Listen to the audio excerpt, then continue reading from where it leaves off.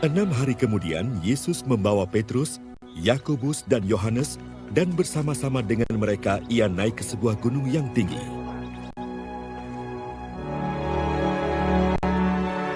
Di situ mereka sendirian saja. Lalu Yesus berubah rupa di depan mata mereka, dan pakaiannya sangat putih berkilat-kilat. Tidak ada seorang pun di dunia ini yang dapat mengelantang pakaian seperti itu. Maka nampaklah kepada mereka Elia bersama dengan Musa, keduanya sedang berbicara dengan Yesus. Kata Petrus kepada Yesus, "Rabi, betapa bahagianya kami berada di tempat ini. Baiklah kami dirikan 3 kemah, 1 untuk engkau, 1 untuk Musa, dan 1 untuk Elia." Ia berkata demikian sebab tidak tahu apa yang harus dikatakannya, karena mereka sangat ketakutan. Maka datanglah awan menaungi mereka, dan dari dalam awan itu terdengar suara, "Inilah anak yang kukasihi, dengarkanlah dia." Dan sekonyong-konyong waktu mereka memandang sekeliling mereka, mereka tidak melihat seorang pun lagi bersama mereka, kecuali Yesus seorang diri. Pada waktu mereka turun dari gunung itu, Yesus berpesan kepada mereka, supaya mereka jangan menceritakan kepada seorang pun apa yang telah mereka lihat itu, sebelum Anak Manusia bangkit dari antara orang mati.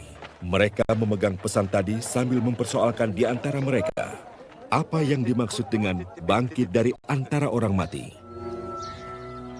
Saudara-saudariku yang terkasih di dalam Tuhan kita Yesus Kristus, andai kata dilakukan penelitian terhadap orang-orang Kristen dengan tujuan mengungkapkan kedalaman pengetahuannya tentang agama yang dianutnya, kita bisa terperangah setengah mati melihat hasil atas temuannya. Ya, penelitian itu akan menunjukkan bahwa ternyata banyak orang Kristen tidak tahu banyak tentang Alkitab, tidak dapat menceritakan secara tepat siapa itu Yesus, tidak memahami sejarah perkembangan agamanya, tidak mengetahui tokoh-tokoh utama dalam sejarah gereja, tidak menghafal dan memahami jumlah serta arti sakramen-sakramen. Ya, memang mengetahui nama paus, tetapi tidak tahu nama uskup, bahkan pastor parokinya. Dan jangan heran bila banyak orang Kristen ditemukan tidak tahu mengapa dia menjadi orang Kristen. Ya, saudara-saudari, andai kata diadakan semacam fit and proper test, yang akhir-akhir ini sangat banyak digalakkan untuk menjaring kelayakan para pejabat, dapat dipastikan bahwa mayoritas orang Kristen bisa dikategorikan tidak memadai secara kognitif. Atau lebih tajam dapat dikatakan tidak layak sebagai orang Kristen. Saudara-saudariku yang dikasihi Tuhan, orang-orang Kristen memang bisa menemukan semacam excuse atau alasan untuk kebodohan religius ini dengan merujuk kepada Abraham dengan kenaifan imannya. Dari semula, Abraham ditampilkan beda dalam Alkitab. Dia disuruh hengkang dari tanah leluhurnya dan pergi ke satu daerah baru yang sama sekali tidak dikenalnya dan diketahuinya. Lalu mengalah kepada saudaranya Lot ketika terjadi perebutan lahan terbaik dengan menyerahkan seluruh lembah Yordan yang subur. Kemudian Alkitab menampilkan Abraham sebagai orang yang mendoakan keselamatan kota maksiat Sodom. Dan paling mengenaskan adalah kesediaannya membunuh anak tunggalnya Ishak atas permintaan Allah. Bagi orang yang normal serta yang sehat rasionya di zaman ini, Abraham akan dikategorikan sebagai maniak religius, seorang fanatikus agama yang ekstrim. Saudara-saudari, apa sebenarnya yang terjadi dengan Abraham? Sebuah transfigurasi. Itulah jawaban singkatnya. Para ilmuwan pasti tidak akan menemukan secuil rasionalitas dalam perilaku Abraham. Karena yang terjadi pada dirinya adalah sesuatu yang supernatural, sesuatu yang berada di luar bidang penelitian ilmiah. Oleh karena para ilmuwan mengukur segalanya dengan ilmu pengetahuan, maka mereka menganggap realitas rohani sebagai sesuatu yang mitis. Sementara mitos di kalangan para ilmuwan telah disingkirkan jauh-jauh karena mereka melihat dunia dari kacamata rasionalitas. Bagi orang pintar dan sekular, apa saja yang tidak masuk akal, yang tidak dapat diobservasi, yang tidak bisa diperiksa di laboratorium, dideduksi dan induksi, semuanya itu menjadi nonsens alias omong kosong. Dalam sudut pandang seperti ini, perilaku Abraham atau transfigurasi Abraham adalah sesuatu yang tidak masuk akal. Bahkan merupakan sebuah fenomena penyakit atau fanatisme religius yang berbahaya.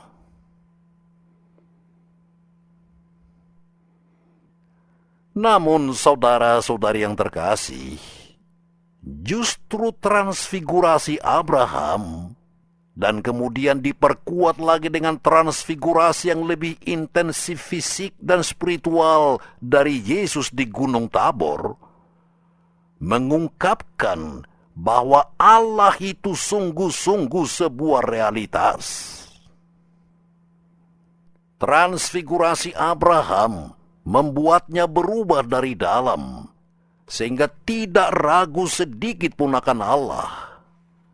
Sedangkan transfigurasi Yesus merupakan suatu ledakan roh yang sudah berada dalam dirinya, sehingga memancar dengan kemilau dan membuatnya tampil berwajah Allah, mengubahnya sejenak kepada kepenuhan realitas dan suasana sangat ilahi yang memukau, dan mengisi orang-orang di sekitarnya dengan kegembiraan yang tidak terperikan.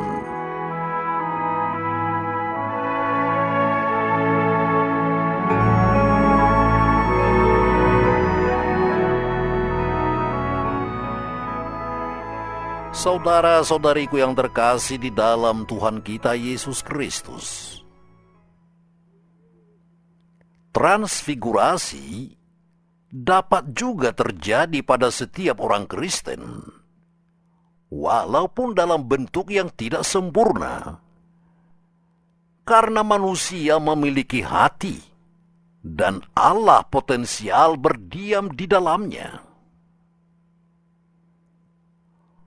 Orang-orang kudus dalam gereja Kristus sering mengalaminya, dan karena itulah Rasul Paulus berani berkata, "Jika Allah di pihak kita, siapakah yang melawan kita?"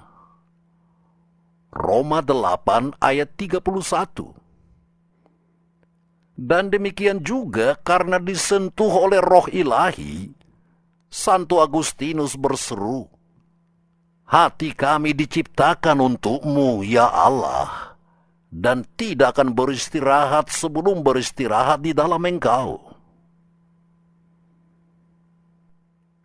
Disentuh dan diubah oleh roh yang sama, Santo Fransiskus dari Asisi berkata, "Tuhan, Jadikanlah aku pembawa damai.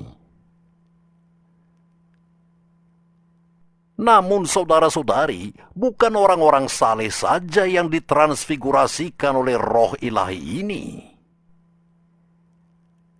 Ali Akka, seorang teroris penembak Paus Yohanes Paulus II, ternyata berlutut dan terharu di depan Paus yang pernah ditembaknya itu. Ketika Allah menyentuh hati Paus Yohanes Paulus II untuk datang menemui sang teroris itu di penjara dan memberikan pengampunan.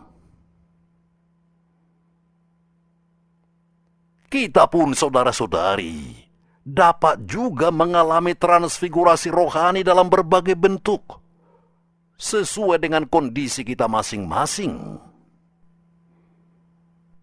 Misalnya, sikap kita terhadap penderitaan dan kesulitan dapat berubah dengan tiba-tiba dengan menerima bahwa kemenangan akhir itu atau sukses dalam karir dan apa saja pun tidak mungkin terjadi begitu saja tanpa melalui rintangan yang kecil dan besar.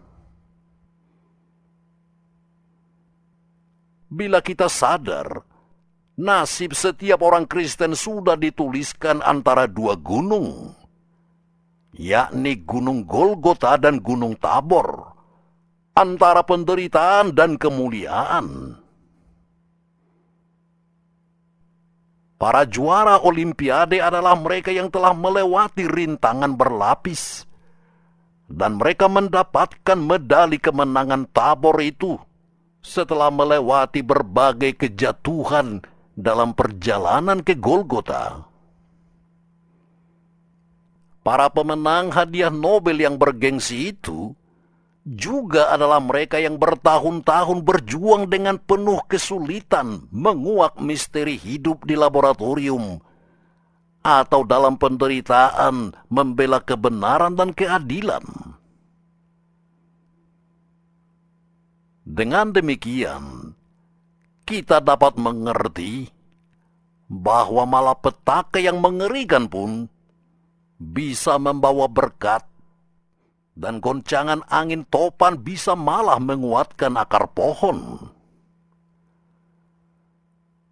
Syaratnya adalah jangan khawatir akan cinta, terutama akan cinta Allah. Sebab jika khawatir akan kasih, maka kita juga khawatir akan pengorbanan. Karena Abraham mencintai Allah tanpa reserve, maka dia tidak takut mengorbankan anaknya yang tunggal. Tanpa kasih, pengorbanan dapat menghancurkan kita. Tetapi dengan kasih, maka pengorbanan dapat mengubah kita menjadi manusia yang lebih utuh dan bernilai. Namun saudara-saudari, ada satu hal yang wajib. Jika kita ingin mengalami transfigurasi batiniah, maka kita harus naik ke Gunung Tabor. Dan itulah hidup doa. Hanya dengan doalah maka kita akan dapat diubah dan kita dijadikan sebagai anak terkasih Allah. Markus 9 ayat 7 mencatat, "Inilah anak yang kukasihi, yang kepadanya aku berkenan." Banyak orang yang terlalu sibuk di dunia ini, sibuk menikmati keindahan hidup, bahkan sibuk dengan meratapi penderitaannya sendiri. Orang-orang sekular yang tidak mempercayai hal-hal rohani senantiasa berusaha menyelesaikan masalah dengan otak dan akal sehat dan tidak mau mengundang Allah untuk turut campur tangan. maka banyak orang yang sembuh secara fisik, tetapi hancur secara rohani, karena mereka utuh secara jasmani, tetapi tidak ada daya batiniah yang merekatnya dari dalam secara spiritual. Untuk itulah saudara-saudari, orang perlu naik ke Gunung Tabor dan membiarkan diri untuk mendengarkan Allah yang berbicara. Allah akan berbicara kepada kita dalam berbagai cara, dengan memberikan ide dalam pikiran kita, atau memberi perspektif baru kehidupan, atau dengan menggugah keinginan baru dalam diri kita, dengan meredakan amukan emosi yang menyala-nyala, atau dengan membisikkan kata-kata bijak ke dalam telinga jiwa kita.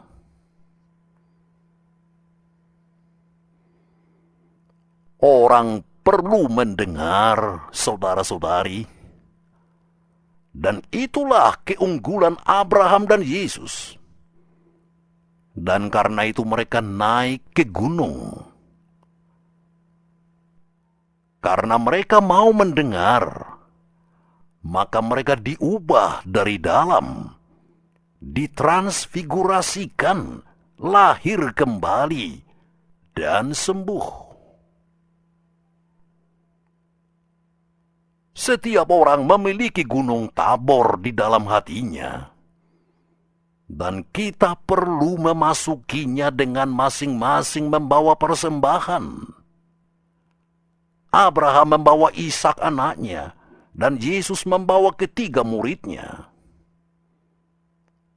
Orang yang naik ke Gunung Tabor, hatinya tidak boleh dengan tangan kosong. Doa tanpa perbuatan baik tidak akan mengubah kita. Itulah sebabnya puasa perlu ditandai dengan doa dan amal.